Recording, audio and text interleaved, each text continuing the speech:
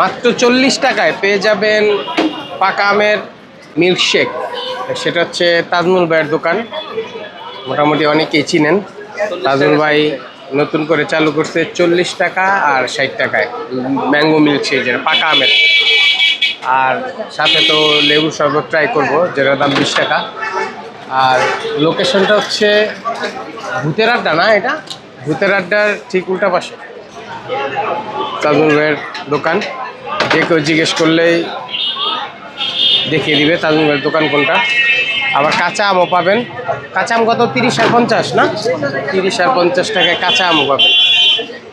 সে mango milkshake.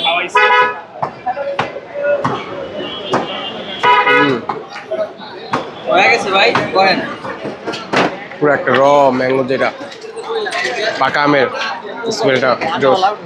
আর তাজমুল ভাইয়ের হাতের milkshake তো বলতে হবে না, দারুণ।